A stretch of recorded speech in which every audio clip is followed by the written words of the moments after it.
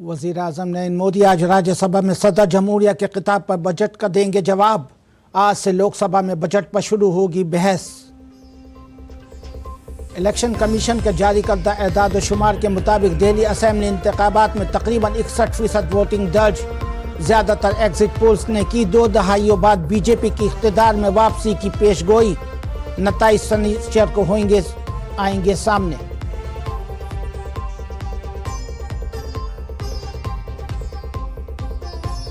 Security forces ने जम्मू और कश्मीर के बारामूला में हथियारों का बड़ा जखीरा किया बरामद। दरख्त के खोखले तने में कंबल में रखे गए थे हथियार।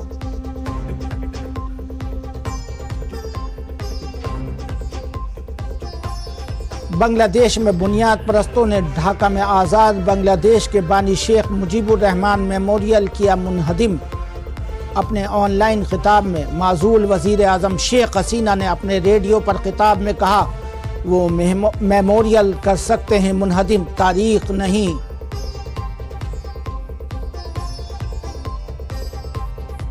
और क्रिकेट में भारत और इंग्लैंड के दरमियान 3 मैचों की वनडे सीरीज का पहला मैच आज नागपुर में।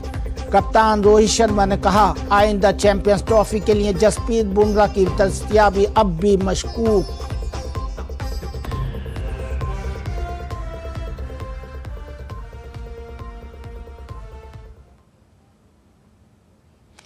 आदाब, उर्दू खबरनामे में आपका खैर मकदम है। खबरों के साथ मैं हूं ज़ीशान अहमद। अब खबरें तफसील से।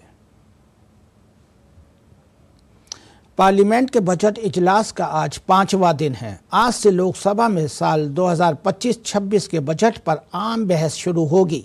राज्यसभा में सदर के खिताब पर शुक्रिया की तहरीक पर जारी बहस को आगे बढ़ाया जाएगा।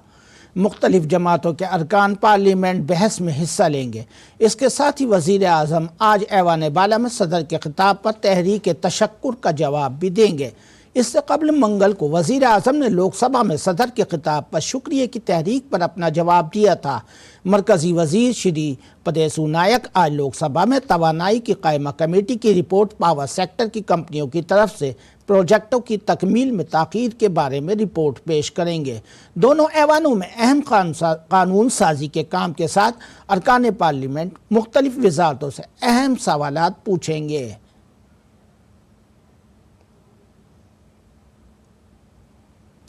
दिल्ली असेंबली की 70 नशिस्तों के लिए कल शाम पुरअमन तरीके से वोटिंग मुकम्मल हो गई है। इलेक्शन कमीशन के मुताबिक कल सुबह 11:30 बजे तक दिल्ली में औसत पोलिंग 7.42% रिकॉर्ड की गई। शिमाल मशरक़ी दिल्ली में सबसे ज़्यादा 66.25% वोटिंग और सबसे कम 56.16% वोटिंग जनूब मशरक़ी दिल्ली में रिकॉर्ड की गई। ज़िला शाहदरा में वोटिंग का तनासुब 63.94% रहा। शिमाली दिल्ली में 59.55% और शिमाली मगरबी दिल्ली में 60.70% पोलिंग रिकॉर्ड की गई। जिन अहम लीडरों की किस्मत पर कल ईवीएम में मोहर लगी थी उनमें अरविंद केजरीवाल आतिशी, आम आदमी पार्टी के मनीष सिसोदिया और बीजेपी के परवेश वर्मा, विजेंद्र गुप्ता, अरविंदर सिंह लवली, रमेश बिधूरी शामिल हैं। इस इलेक्शन में कांग्रेस की जानिब से देवेंद्र यादव, संदीप दीक्षित, अलका लांबा अहम उम्मीदवार थे। इंतखाबी मैदान में कुल 699 उम्मीदवार मैदान में थे। इसी वक्त तमिलनाडु की ईरोड ईस्ट में तकरीबन 67.97% वोटिंग हुई और यूपी के मिल्कीपुर में तकरीबन 65.35% वोटिंग दर्ज हुई। अब दिल्ली के उन 699 उम्मीदवारों को नताइज का इंतज़ार है जो 8 फरवरी को आएंगे।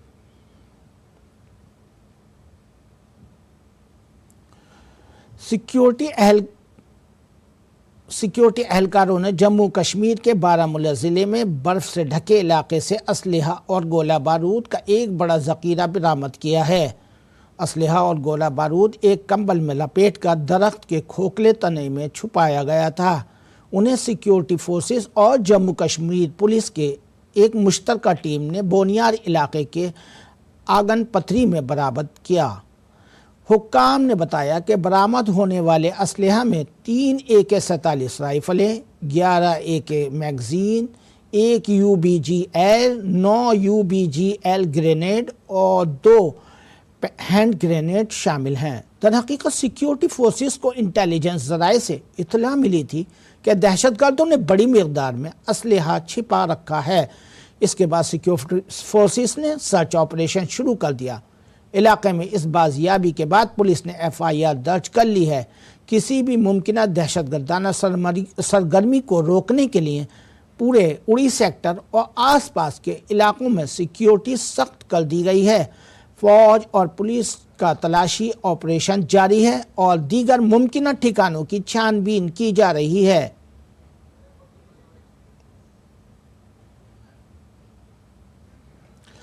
بھارت کے پڑوسی ملک بنگلہ دیش میں حالات بہتر نہیں ہو رہے ہیں۔ بدھ کے روز مظاہرین کے ایک بڑے گروپ نے بنگلہ بندھو میموریل میوزیم میں توڑ پھوڑ کی اور آگ لگا دی، جو بنگلہ دیش کے بانی اور سابق صدر شیخ مجیب الرحمان کی ذاتی رہائش گاہ تھی۔ اطلاعات کے مطابق طلبہ کے خلاف امتیاز تحریک کے کنوینر حسنات عبداللہ نے اپنے فیس بک پیج پر پوسٹ کرتے ہوئے اعلان کیا تھا کہ بدھ کی رات بنگلہ دیش کو فاشسٹ گڑھ سے آزاد کر دیا جائے گا۔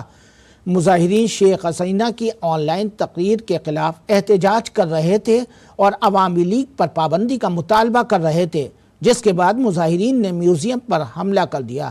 اس دوران مجیب الرحمان کی رہائش گاہ پر حملے کے بعد شیخ حسینہ کی پارٹی عوامی لیگ نے ایک بیان جاری کرتے ہوئے ملک کے عبوری صدر یونس حکومت کو نشانہ بنایا اور ان پر ریاستی مشینری کا غلط استعمال کرنے کا الزام بھی لگایا۔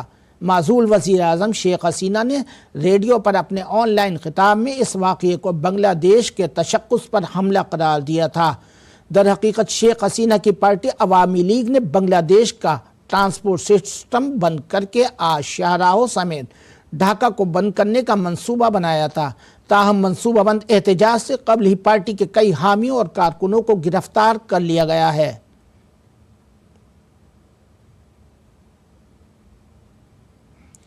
یونانی وزیر خارجہ جارج پیٹرس ہندوستان کے سرکاری دورے پر نئی دہلی میں ہیں۔ جارج پیٹرس 8 فروری تک ہندوستان کے دورے پر رہیں گے۔ پیٹرس آج شام وزیر خارجہ ڈاکٹر ایس جے شنکر سے ملاقات کرنے والے ہیں۔ جارج پیٹرس کے دورے سے یونان اور ہندوستان کے تعلقات مزید مضبوط ہوں گے۔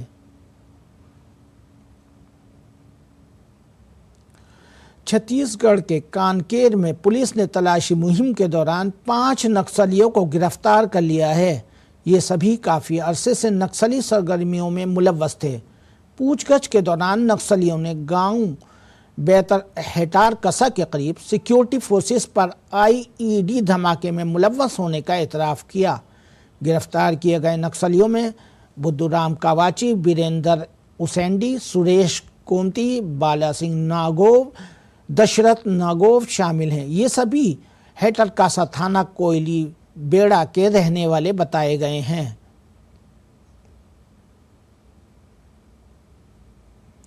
مدراس ہائی کورٹ نے انا یونیورسٹی جنسی ہراسانی معاملے کی تحقیقات کے لیے تشکیل دی گئی SIT کو پھٹکار لگائی ہے۔ عدالت نے کہا کہ صحافیوں کو تحقیقات کے نام پر ہراساں نہ کیا جائے، ساتھ ہی صحافیوں سے چھینے گئے موبائل فون واپس کرنے کی بھی ہدایت دی گئی ہے۔ اس کے علاوہ عدالت نے تفتیش کے منٹس جنرل ڈائری اور کیس ڈائری میں درج کرنے کا بھی حکم دیا ہے۔ عدالت نے یہ بات انا یونیورسٹی جنسی ہراسانی کیس کی رپورٹنگ کرنے والے 3 نامہ نگاروں کی درخواست پر سماعت کرتے ہوئے کہی ہے۔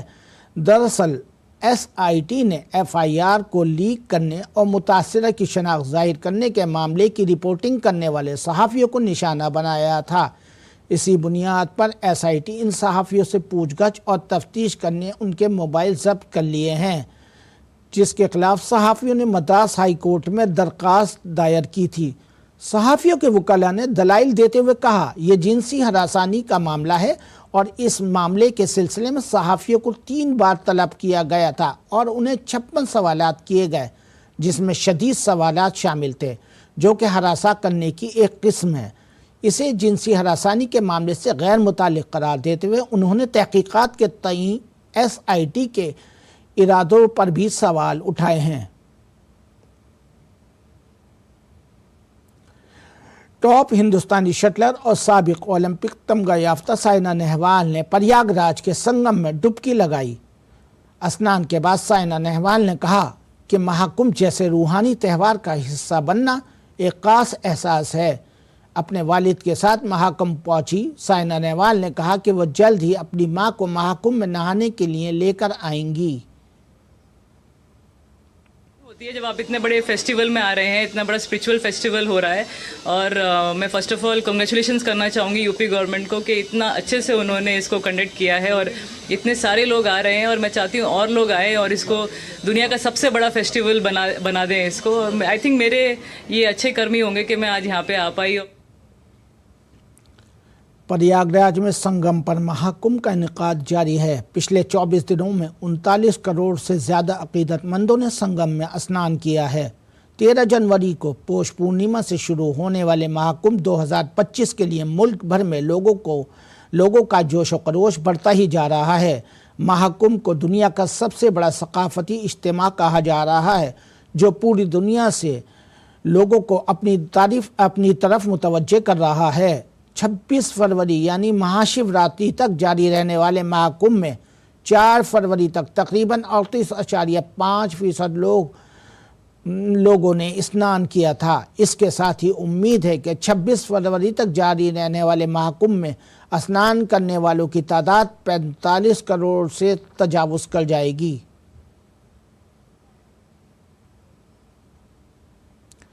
आज महाकुंभ में कबायली सकाफती कॉन्क्लेव 2025 का इनेकाद किया जाएगा, जिसमें मुल्क भर से 15,000 से ज़ायद कबायली शिरकत करेंगे। 6 रोज़ा मेले के दौरान तमाम शरीक कबाइल अपनी सकाफत और रिवायात के तहफ़्फ़ुज़ का अहद करेंगे। काबिल गौर है कि बिरसा मुंडा के 150वें यौम पैदाइश की याद में 2025 को कबायली फ़क्र का साल करार दिया गया है। जापानी कंपनियां मध्य प्रदेश में सरमायाकारी में गहरी दिलचस्पी जाहिर कर रही हैं। मध्य प्रदेश के वज़ीर आला मोहन यादव का ख्याल है कि जापान की मदद से मध्य प्रदेश में तरक्की के काफ़ी रोशन इम्कानात हैं, जिसकी वजह से मध्य प्रदेश मुल्क की नंबर 1 रियासत बन सकती है। मध्य प्रदेश के वजीर आला मोहन यादव हाल ही में अपने जापान के दौरे से वापस आए हैं।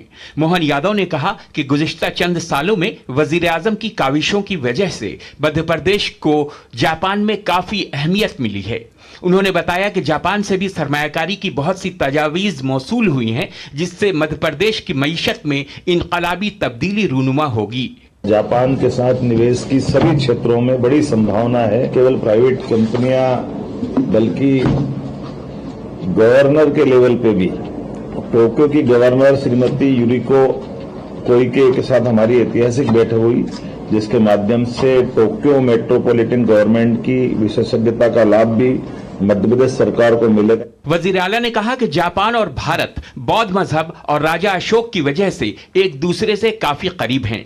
वजीर आला डॉक्टर यादव ने कहा कि जापान के भारत के साथ इंतहाई खुशगवार और गहरे ताल्लुकात हैं। जापान और भारत की तहजीब व सकाफत के दरमियान काफी हद तक हमाहंगी पाई जाती है। जापानी शहरी दयानतदारी, ईमानदारी और अपनी अहद बस्तगी के साथ काम करते हैं। फितरी तौर पर जापान की मदद से मध्य प्रदेश में तरक्की के बड़े रोशन इम्कानात हैं, जिसकी वजह से मध्य प्रदेश मुल्क की नंबर 1 रियासत बन सकती है।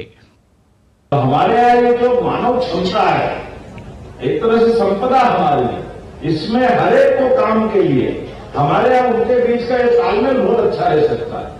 उनकी भी फैक्ट्रियों में लोग चाहिए या उनकी टेक्नोलॉजी अच्छी है तो अपन अच्छे से अपनी अलग से अपनी भूमिका अदा कर सकते हैं। काबिल जिक्र है कि जापान से पहले मध्य प्रदेश के वजीर आला लंदन और जर्मनी के दौरे पर भी जा चुके हैं। वहां उन्होंने 24-25 फरवरी को भोपाल में मुनक्किद होने वाले मध्य प्रदेश की ग्लोबल इंडस्ट्री समिट के लिए भी सरमायाकारों को मदऊ किया है। मध्य प्रदेश के मुख्यमंत्री डॉक्टर मोहन यादव भी जापान से न सिर्फ वहां की तकनीक को समझ कर आए हैं, बल्कि वहां की औद्योगिक गति के टिप्स भी लेकर आए हैं, जिसे वो मध्य प्रदेश में अपनाना चाहते हैं। हालांकि फरवरी के महीने में ही ग्लोबल इन्वेस्टर समिट होना है और उसके ठीक पहले मुख्यमंत्री की ये जापान यात्रा बहुत महत्वपूर्ण मानी जा रही है। कैमरामैन गौरव निरकुटकर के साथ आदित्य श्रीवास्तव, टीडी न्यूज, भोपाल। भारत के सर्विस शोबे ने जनवरी 2025 में तेज रफ्तार तरक्की हासिल की है, जिसकी वजह से मुलाजमतों में इजाफा हुआ है। HSBC India PMI business activity index के मुताबिक ये जनवरी में 56.5 था, जो मुल्क के सर्विस सेक्टर में मजबूती को जाहिर करता है। रिपोर्ट के मुताबिक नई तलब, कारोबार में तोसी और टेक्नोलॉजी में सरमायाकारी खिदमात के शोबे में तरक्की का बाइस बनी। एक ही वक्त में बैनुल-अक़वामी तिजारत में भी इजाफा देखा गया, जिससे एशिया, यूरोप, मशरिक़ वस्ता और अमरीका से कारोबार में इजाफा हुआ है। रोज़गार के महाज पर भी अच्छी खबर आई है। जनवरी 2025 में मुलाजमत में इजाफे की शरह अब तक की तेज़ तरीन थी। कंपनियां नई भर्तियों के ज़रिए अपनी सलाहियत को बढ़ा रही हैं। ताहम रिपोर्ट में कहा गया है कि इफ़रात ज़र अब भी ऊंची सतह पर है और मजबूत मांग की वजह से खिदमात की कीमतों में भी इजाफा हुआ है। साल 2024 में भारतीयों ने सोने में ज़बरदस्त सरमायाकारी की है और 1.5 लाख करोड़ रुपए का सोना खरीदा गया है। यह सरमायाकारी साल 2023 के मुकाबले में 60% ज़्यादा है। वर्ल्ड गोल्ड काउंसिल की रिपोर्ट के मुताबिक साल 2024 में भारत में सरमायाकारी के लिए 239 टन सोने की मांग थी। ये तादाद 2023 के 185 टन से 29% ज़्यादा है। रिपोर्ट के मुताबिक अक्टूबर ता दिसंबर सहमाही में हिंदुस्तान में 76 टन सोना खरीदा गया। अक्टूबर-नवंबर में धनतेरस और त्योहारों की वजह से सोने की खरीदारी में इजाफा देखा गया है। हिंदुस्तान में सोने की डिमांड 1180 की कुल आलमी तलब का 20% थी। सोने की कीमतों में मुसलसल इजाफा हो रहा है। इसकी वजह अमेरिका और चीन के दरमियान बढ़ती हुई तिजारती जंग है। नाज़रीन, अब पेश है दिल्ली से शाये होने वाले उर्दू अखबारात का मुख्तसर जायज़ा।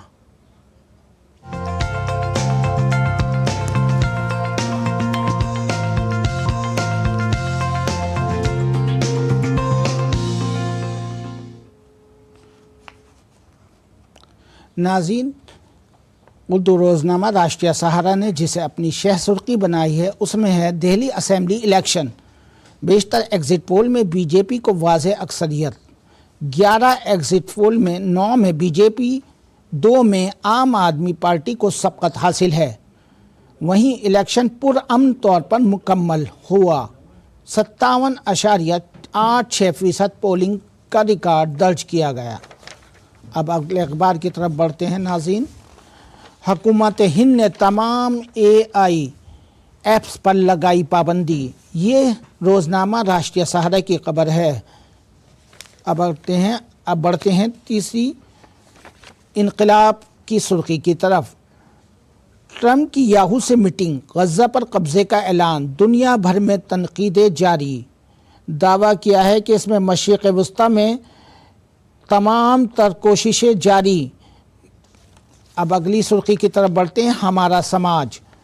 नीतीश कुमार ने मुंगेर को 438 करोड़ रुपए से ज़्यादा की सौगात दी है। अब अगली सुर्खी की तरफ बढ़ते हैं नाजरीन, जो इनकलाब ने अपनी पहले फ्रंट पेज पर लगाई है। वज़ीर आज़म मोदी ने महाकुंभ में आस्था की डुबकी लगाई। संगम में स्नान करके शांति और सुकून का एहसास हुआ। मोदी। वज़ीर आला योगी ने प्रयागराज पहुंचने पर खैर मक़दम किया। अखबारात में बस अब इतना ही। अब बढ़ते हैं अगली खबर की तरफ। खेल की खबरों में भारत और इंग्लैंड के दरमियान 3 वनडे मैचों की सीरीज़ का पहला मैच आज नागपुर में खेला जाएगा। ये मैच दोपहर 1:30 बजे शुरू होगा। रोहित शर्मा के साथ विराट कोहली को भी भारतीय टीम के कप्तान के तौर पर वापसी हुई है। वरुण चक्रवर्ती को भी सीरीज़ के लिए टीम में शामिल किया गया है। जॉस बटलर की क़यादत में इंग्लैंड की टीम बड़ी हद तक इस टीम से मिलती जुलती है, जिसे उन्होंने T20 सीरीज के लिए मुंतखब किया था। भारतीय टीम अपना दूसरा मैच इतवार को कटक में इंग्लैंड के खिलाफ खेलेगी। तीसरा और आखिरी वनडे 12 फरवरी को अहमदाबाद में खेला जाएगा। दोनों टीमें रवां माह के आखिर में शुरू होने वाली चैंपियंस ट्रॉफी से कबल वनडे में अपनी कारकर्दगी को बेहतर बनाने की कोशिश करेंगी। भारत ने हाल ही में इंग्लैंड के खिलाफ 5 मैचों की T20 सीरीज 4-1 से जीत ली है।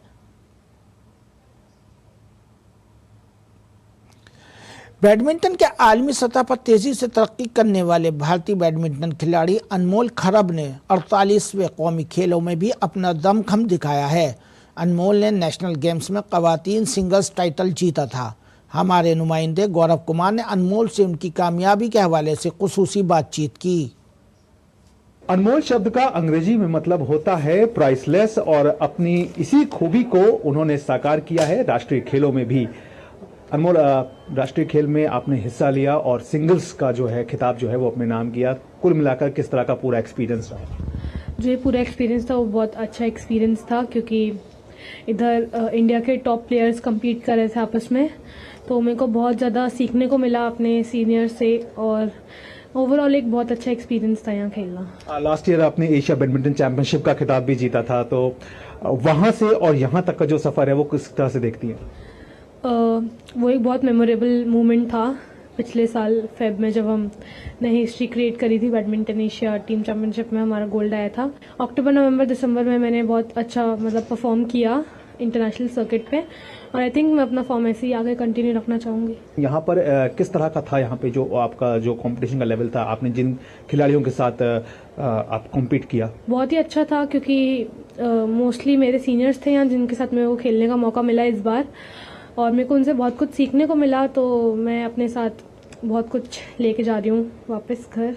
नेशनल गेम्स में जिस तरह से वुमेन पार्टिसिपेशन जो है वो बढ़ता जा रहा है और उनका दबदबा भी दिखता जा रहा है, इसके बारे में क्या? मैं यही चाहूँगी कि सब अच्छा परफॉर्म करें, चाहे वो वुमेन हो चाहे वो मैन हो, हर कोई अपना बेस्ट दे और अपने स्टेट अपने देश के लिए मेडल लेके आए। ऑल द बेस्ट आपको आगे के लिए। तो ये है अनमोल खरब, जिन्होंने महिला एकल वर्ग का जो खिताब है वो राष्ट्रीय खेलों में जीता है, और अब उनकी ख्वाहिश यही है कि वो अपनी इसी परफॉर्मेंस को जो है वो आगे भी बरकरार रखें, और यहाँ पर जो कुछ भी उनको सीखने को मिला है वो उन्हें आगे आने वाली प्रतियोगिताओं में भी फायदा पहुंचाए। कैमरामैन मनमोहन के साथ मैं गौरव कुमार, DD न्यूज, देहरादून, उत्तराखंड।